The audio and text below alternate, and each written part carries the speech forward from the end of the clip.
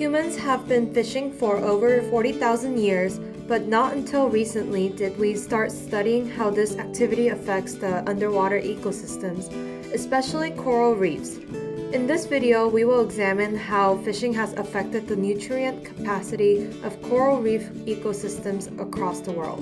Nutrient capacity is the ability of fish community to store and supply nutrients into the ecosystem. Overall productivity of an ecosystem depends on its nutrient capacity.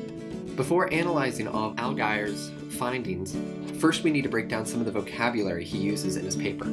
First is skewness. Skewness is the differences in size of the fish, large or small, independent of what species they are. Next is the richness, which is the relative number of distinct fish species in an ecosystem. And finally, evenness, which is the relative numbers of each fish within the species. A trophic structure, more commonly known as a food web or food chain, is defined as the way in which organisms, in this case fish, use food resources to obtain energy for growth. Trophic levels organize each species into a hierarchy of producers and of consumers, usually depicted using a pyramid where the trophic levels are ordered from bottom to top.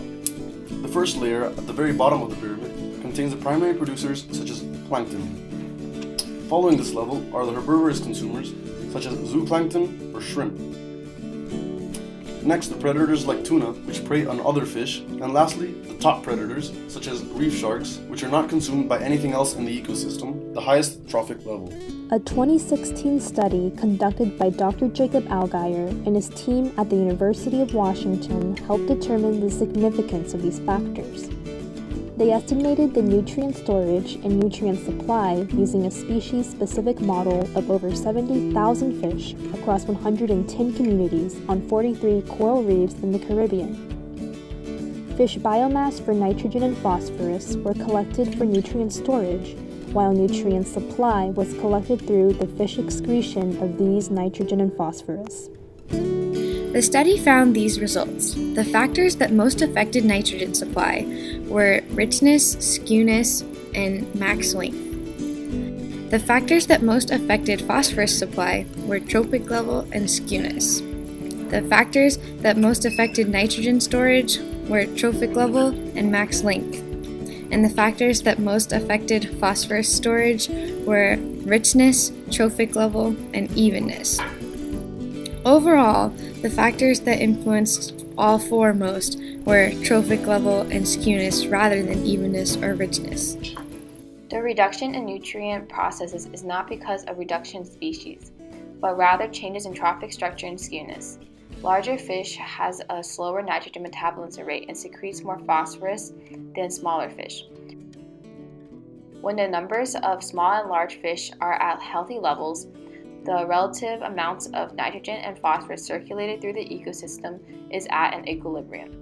Fishing targets fish higher on the food chain, which alters the trophic structure drastically and therefore also targets bigger fish more than smaller fish. This changes the skewness of the ecosystem, and because of this, fishing decreases the coral reef fish community's abilities to recycle and store nutrients by nearly 50%. Now that we've broken down Al Geyer's findings, we can apply them to a wider range of topics we already know. Thinking back to Module 1, we can use Al Geyer's findings to make a statement about nutrient cycles and their relationship to an ecosystem. As we saw earlier, nutrient cycles, such as the nitrogen cycles, depend heavily on the state of the ecosystem. The species within an ecosystem create a mutualistic relationship with that ecosystem and all of its functions. If any piece of that ecosystem as a whole fails or disappears, like the loss of fish, biomass, through fishing, parts of that mutualistic relationship within that ecosystem will be negatively affected, causing it to suffer as a whole. Alger's findings emphasize the need to input animal-mediated nutrients into the coral reef communities. With many reefs around the world, most notably the Great Barrier Reef, exhibiting large amounts of coral bleaching due to warming water and climate change, it is important to identify all the different factors that affect coral reef ecosystems in order to better protect and conserve them. Improving models of coral reef nutrient dynamics will deepen our understanding of how to do just that.